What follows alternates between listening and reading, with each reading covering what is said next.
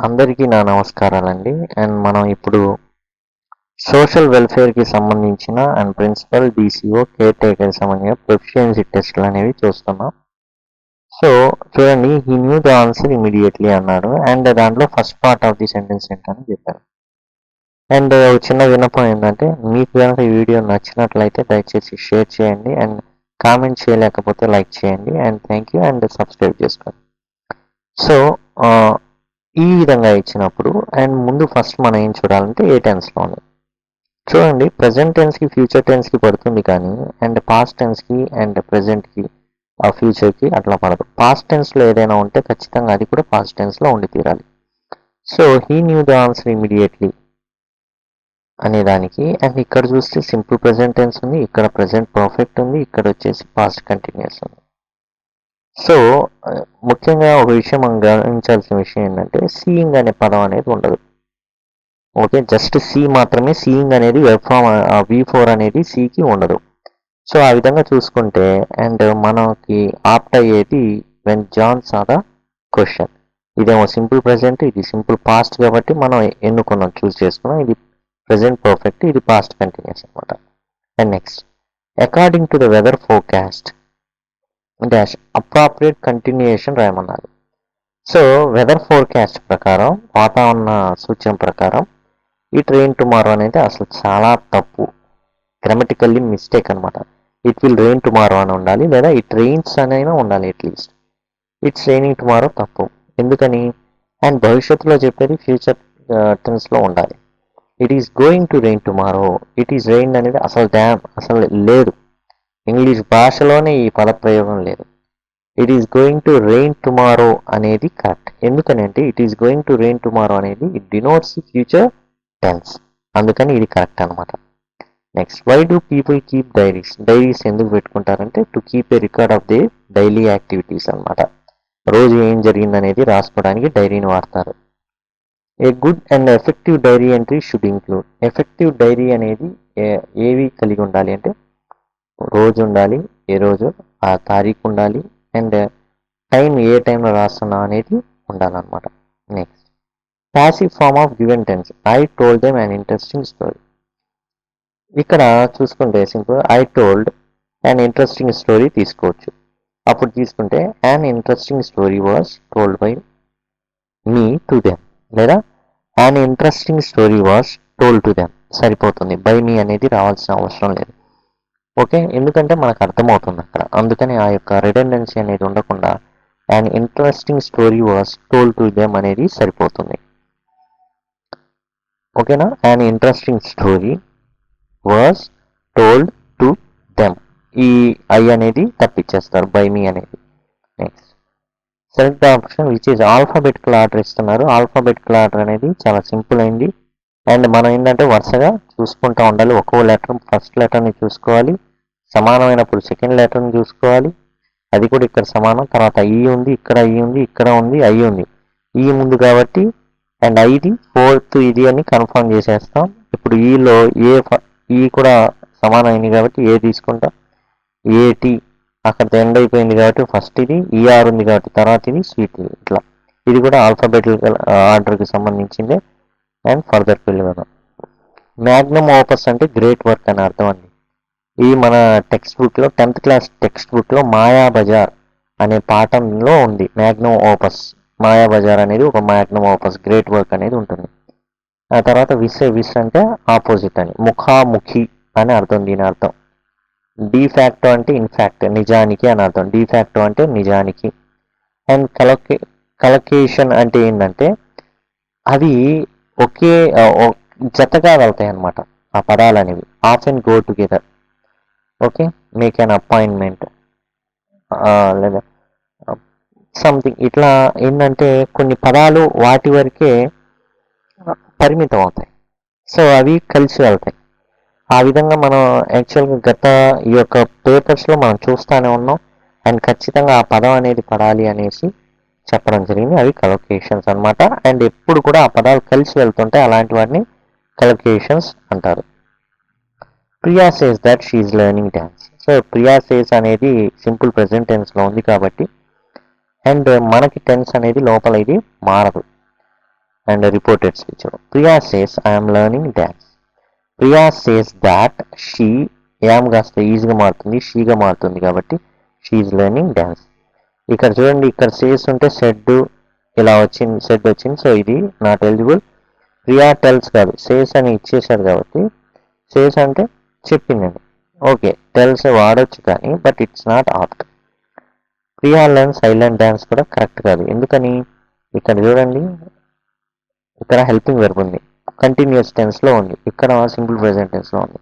So అట్లా కూడా మనం సింపుల్గా ఫైండ్ చేయొచ్చు. And next relative pronoun. మనం ఆల్రెడీ రిలేటివ్ ప్రొనౌన్స్ దగ్గర చెప్పుకుంటూనే ఉన్నాం, హూ, విచ్ ఇట్లాంటివి వస్తాయని. సో ఇవేమో డెమాన్స్ట్రేటివ్ ప్రొనౌన్స్, ఏమో పొస్సివ్ అనమాట. ఓకే, సో అవి ఇవ్వడం జరిగింది, పొస్సివ్ ప్రొనౌన్స్. ఇవి వచ్చేసి డెమాన్స్ట్రేటివ్, అంటే మిక్స్ చేశారండి ఈ రెండిట్లో పొస్సివ్ ప్రొనౌన్స్ అవి గమనించాలి. Next, she wrote a best selling book, the name of dash I have completely forgotten. The name of which I have completely forgotten. She wrote a best selling book, the name of the book, which book అంటాం కదా, the name of the book బదులు the name of which I have completely forgot అనేది correct. Whom అంటే ఎవరిని, whose అంటే ఎవరిది, that అంటే అది.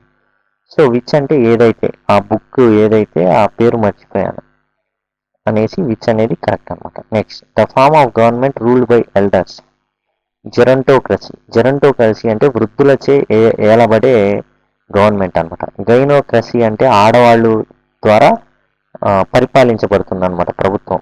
అంటే టాప్ లీడర్స్ అంతా ఆడవాళ్ళు ఉంటారు, ఇక్కడ వృద్ధులు ఉంటారు, ఇక్కడ నియంతలు ఉంటారు, ఇక్కడేమో దేవునికి సంబంధించిన మతాధికారులు ఉండి ఏలుబడి చేస్తారు థియోక్రసీలో.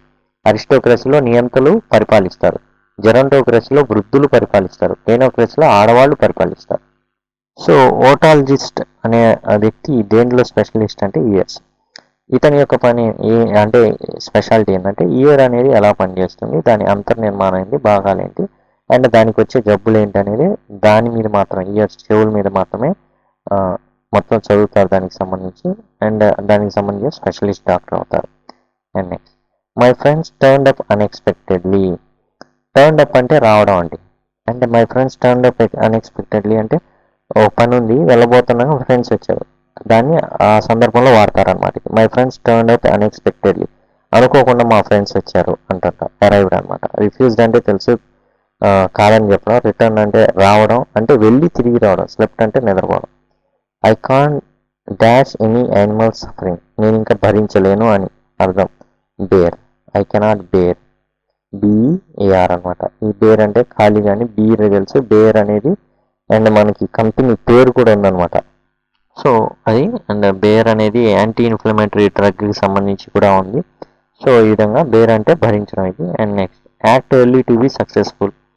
ఇది సూటబుల్, జనరల్గా ఇది ఏంటంటే సామెత, ఎర్లీ బర్డ్ గెట్స్ ద వామ్. అంటే పొద్దున్నే, అంటే త్వరగా ఎవరైతే రెస్పాండ్ అవుతారో, త్వరగా ఎవరైతే ముందుకు వెళ్ళగలుగుతారో వాళ్ళే అచీవ్ చేస్తారు అని. దానికి ఏంటంటే వేక్ ఎర్లీ, తొందరగా లేచిన పక్షికి ఏం జరుగుతాయంటే పురుగులు అనేవి దొరుకుతాయి. అండ్ యాక్చువల్గా ఏంటంటే మనం చూసుకుంటే వసంతకాలం కానీ ఇలాంటి కాలంలో పురుగులు గుంపులు వెళ్తుంటాయి తెల్లవారుజామున. అండ్ అదే సమయంలో ఏ పక్షి అయితే ముందుగా లేస్తుందో వాటికి ఆహారం అనేది తొందరగా దొరుకుతుంది అనేది ఈ సామెత అనమాట. The early bird gets a warm. Don't put all your eggs in one basket. Best explains, A proverb అనేది ఎక్స్ప్లెయిన్ చేస్తుంది. సో ఏంటంటే it is unwise to put all your eggs in to one thing. ఇవన్నీ సామెతలు అండి, వీటికి వేరే అర్థాలు ఏమి ఉండవు, అండ్ ఒక్కటే పర్టికులర్ అర్థం ఉంటుంది. ఏంటంటే మీ శ్రమనంతా ఒకే దాంట్లో పెట్టకూడదు అనేసి దాని అర్థం అనమాట. ఇది జనరల్గా ఎవరు పాటిస్తారంటే ఫైనాన్షియల్ ఏవైతే ఉంటాయో ఫైనాన్షియల్ టెక్నిక్స్ అండ్ వాటిలో ఫైనాన్షియల్ ప్లానింగ్ వాటిలో వాడతారనమాట. అంటే ఎప్పుడు కూడా ఈ సేవింగ్స్ స్కీమ్స్ ఉంటాయి, ఒకే దాంట్లో పెట్టకుండా ఎల్ఐసి అనో లేకపోతే రకరకాలు ఉంటాయి కదా స్కీములు, ఇలాంటి స్కీమ్లో పెట్టేసుకుంటూ ఉండండి, ఒకే దాంట్లో పెట్టకూడదు అని చెప్పేటప్పుడు don't put all your eggs in one basket అనేది వాడుతూ ఉంటారు. Next, I went for walk in the park that is next to my grandfather's house. A sentence? So సింపుల్గా చెప్పాలంటే లింక్ వర్డ్ దట్ ఉంది, లింక్ వర్డ్ దట్ ఉంటే అది complex sentence. ఒక main clause ఉంటేనే I went for a walk in the park అనేది main clause, and దట్తో ఉన్న ఇదేమో అండ్ సబార్డినేట్ క్లాజు. ఒక మెయిన్ క్లాజు ఒక సబార్డినేట్ క్లాజ్ ఉంటే అది కాంప్లెక్స్ సెంటెన్స్ అవుతుంది. Next, be careful to stop when the traffic lights turn red. ఈ యొక్క ట్రాఫిక్ లైట్లు రెడ్ చూపించినప్పుడు ఎర్ర రంగులు చూపించినప్పుడు ఆగాలి. సో ఇది ఏ రకమైన సెంటెన్స్ అంటే ఇంపరేటివ్ సెంటెన్స్. ఎందుకని, ఎవరికి చెప్తున్నాం ఇది, అండ్ సబ్జెక్ట్ యూ ఉంటుంది. యూ బీ కేర్ఫుల్ లేదా you should be careful to stop when the traffic lights turn red అనేది ఫుల్ సెంటెన్స్. కానీ యూ అనేది మిస్ చేసేస్తాం. ఎందుకని, ఎదుర్కొన్న వ్యక్తిని అంటున్నాం కాబట్టి. అటువంటి సెంటెన్స్ని ఇంపరేటివ్ సెంటెన్స్ అంటారు. నెక్స్ట్, అండ్ ఈ సెంటెన్స్ వచ్చేసి చాలా సింపుల్గా చెప్పేయచ్చండి. ఎట్లా అంటే, is a so good man, okay, that everybody likes him అనేది మనకి సబార్డినేట్ క్లాజ్ అని తెలుసు. సో సబార్డినేట్ క్లాజ్ ఎందుకైంది చూడండి, ఇక్కడ ఫ్రేజ్ అన్నాడు, ఫ్రేజ్ అన్నాడు, ఫ్రేజ్ అన్నాడు.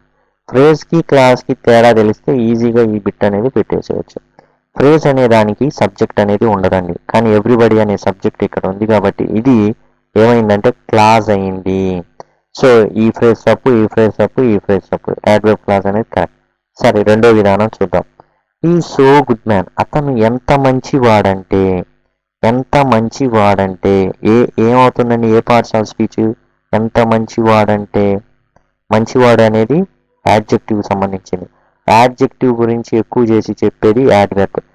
యాడ్వర్బ్ ఏంటంటే వెర్బ్ గురించి కానీ యాడ్జెక్టివ్ గురించి కానీ అండ్ ఎక్కువ చేసి అని దాని గురించి వివరించి గనక చెబుతుంటే అని యాడ్వర్బ్ క్లాజ్ లేదా యాడ్వర్బ్ అంటారు. అండ్ అట్లాంటి ఈ క్లాజ్ అనేది దానికి సంబంధించింది కాబట్టి యాడ్వర్బ్ క్లాజ్ అయిందనమాట. ఓకేనా.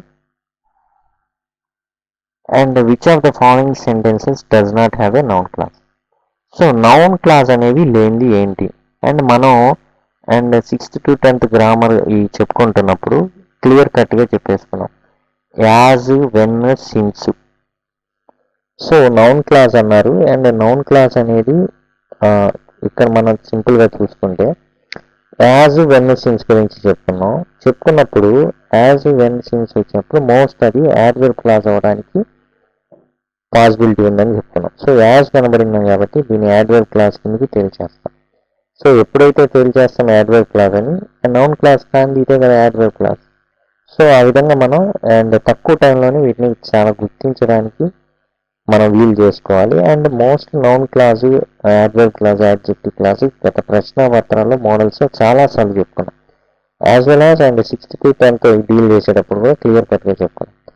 So thank you very much. ఈ వీడియో కనుక మీకు నచ్చినట్లయితే దయచేసి లైక్ చేయండి, కామెంట్ చేయండి, అండ్ షేర్ చేయండి, సబ్స్క్రైబ్ చేసుకోండి. Thank you, thanks a lot.